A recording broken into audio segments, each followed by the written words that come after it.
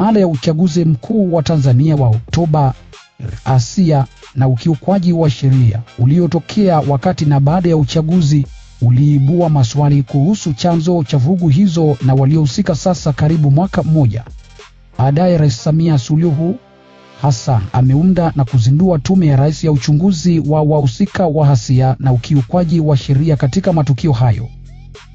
Tume hiyo ina jukumu la kwenda hatua zaidi ya kuchunguza matukio yenyewe, ikiwemo kubaini waliohusika, waliochochea na kwa mujibu wa Rais Samia hata waliotoa fedha ili ghasia hizo zitokee. Lakini uamuzi wa kuunda tume hiyo umeibua swali jingine: kwa nini Tanzania imeamua kuwashirikisha majaji kutoka nje ya nchi?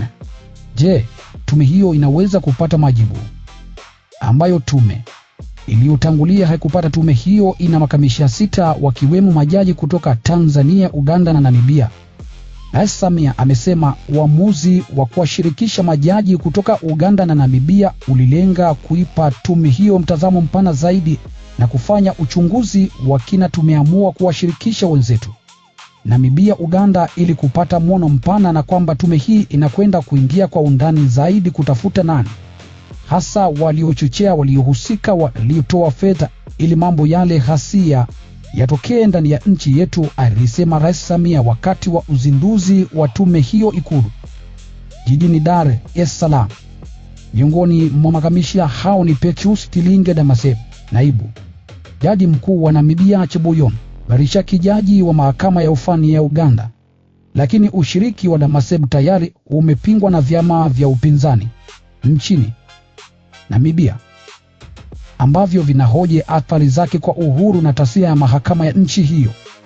Vyama vya Affirmative Reposition na Independent Patriots for Change IP vinasema uteuzi huo unaweza kuibua maswali kuhusu uhuru wa mahakama ya Namibia na nafasi ya nchi hiyo katika mjadala kuhusu haki za binadamu. Nchini Tanzania, chama kikuu cha upinzani Chadema pia imepinga tume hiyo kwa hoja ya tofauti. Makamu mwenyekiti wa Chadema John Heche amehoji kama tume hiyo mpya inaweza kupata majibu tofauti na yale yaliyotolewa na tume iliyotangulia. Akitoa mfano, amesema ukijenga msingi wa tope, halafu ukachukua nyumba ya ghorofa ukaweka juu, litasimama hapo. Heche anaendelea kuhoji ufanisi wa tume hiyo mpya, akisema kama tume ya Jaji Chande ilishasema kwamba watu wanatekwa kwa sababu ya mapenzi, hii tume ya sasa Jaji Lila itapata ukweli. Hoja ya Chadema kwa msingi huo ni kwamba suala si tu kuunda tume nyingine au kuongeza makamisha kutoka nje ya nchi, bali ni kama mazingira na msingi wa uchunguzi mpya utaiwezesha tume kupata ukweli ambao chama hicho kinaamini haukujitokeza katika uchunguzi uliopita. Hili ndilo jambo muhimu katika kuelewa kwa nini tume mpya imeundwa. Tume iliongozwa na Jaji mstaafu Mohamed Chande Othman ilichunguza matukio ya vurugu yaliyotokea wakati na baada ya uchaguzi mkuu wa Oktoba na kutoa mapendekezo. Tume mpya inayoongozwa na jaji wa mahakama ya rufani Shabani Lila imepewa jukumu la kuchunguza wahusika wa ghasia na ukiukwaji wa sheria na kutoa mapendekezo kuhusu hatua zinazoweza kuchukuliwa.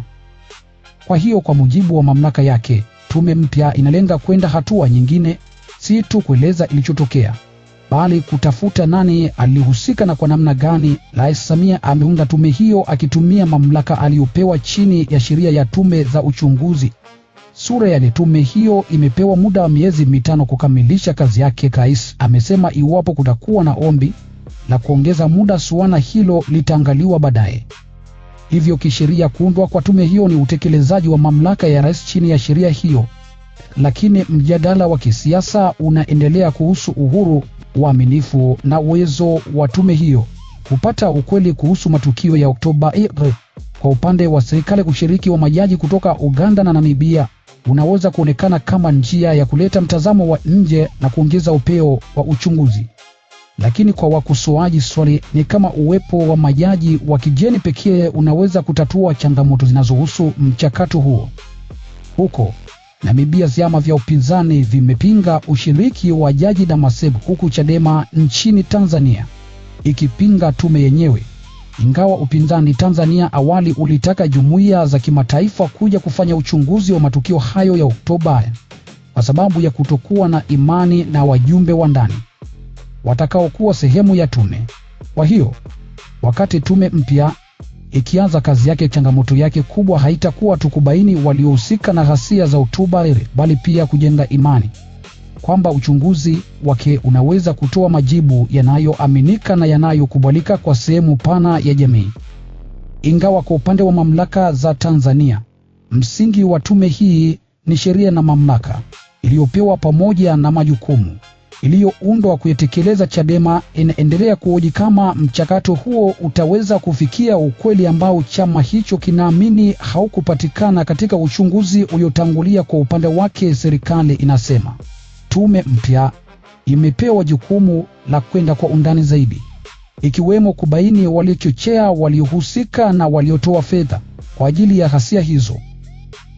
Hivyo, wakati tume ikianza kazi yake, swali litakalopimwa si tu uwezo wake wa kubaini wahusika, bali pia kama matokeo ya uchunguzi wake yataweza kujenga imani miongoni mwa pande zinazotofautiana kuhusu matukio ya Oktoba ile.